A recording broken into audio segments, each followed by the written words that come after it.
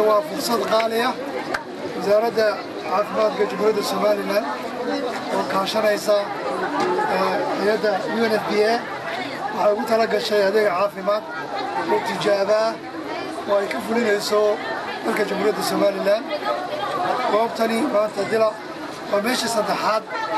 ee adeeg noocan oo kale ah laga fuliyo iyadoo ay tahay dhakhtar iswata haday tahay dhakhtarkii carruurta dhakhtarkii haweenka iyo dhakhtarkii guud iyo qalabkii lagu eegayey iyo daawadii oo iswata oo intuu ay yihiin bilaash looguna talagalay bulshada in la gaadhsiiyo oo ay tahay markaa siyaasadda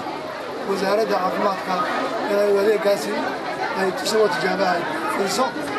waxaana rajaynayaa waa bilow maaha dhammaad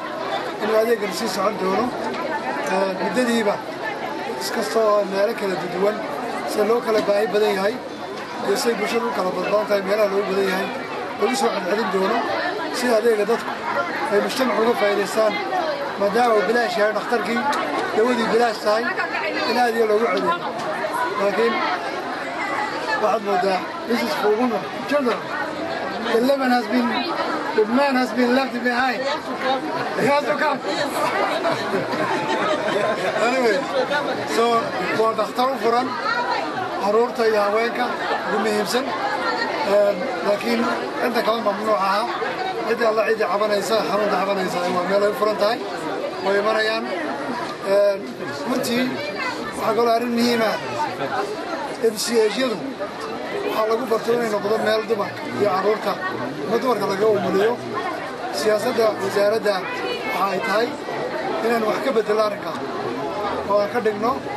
meel kastoo MCH ku yaallo in la geeyo dhakhtar magaca MCH aan ka bedelo aan ku nidhaahno medical center ama xarun caafimaad baan ku magacaawno xarunta caafimaad oo adeeggii hore ay fudinayso inay fudisa adeeg labaad oo ah inuu dhakhtar fadhiisto professional ah oo wax alaale wixii ama dhaawaca ama wax fududa oo halkan lagu xalliyo halkii marka dhakhtarka la geyn lahaa xamida siyaasadda wasaaradda ayay tahay waxaan rajaynayaa muddo dhow aan hadalkaa hirgelino intaa ka horreysana adeeggan caafimaadka annagoo kaashanayna UNFPA runtiina ugu mahadnaqayna waynu sii wadaynaa marka waxaan ugu baaqaynaa bulshada maadaama ay tahay fursad qaali ah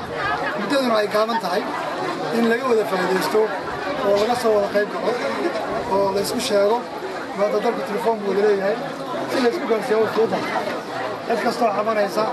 soo gaadho waa 5 cisho 5 cisho iyaynay inala badnaanin marka kuyuga loo eego dadka jooga dadku runtii aad bay u badan yihiin saacada ka hor baa la bilaabay dhakhtarku wuxuu sheegay in dhowr iyo 40 dib wali socdaan inta eegeen waana sii soconaysaa ilaa habeenka wasaaraddu waxay diyaar u tahay lacaaw inay idin shaqayso 5 cisho baan nasanin idiguna ka faa'iidaysa adeegga siyaasadda marka waxaan doonaynaa arrinkana maaha oo bilow fiican una sii socon doona insha Allah waxaan soo dhaweynayaa dhammaan waan ku buurinayaa bulshada gaar ahaan maayar iyo inta degmada in iyaguna ka qaybqaataan xoog u galaan ay ka faa'iidaystaan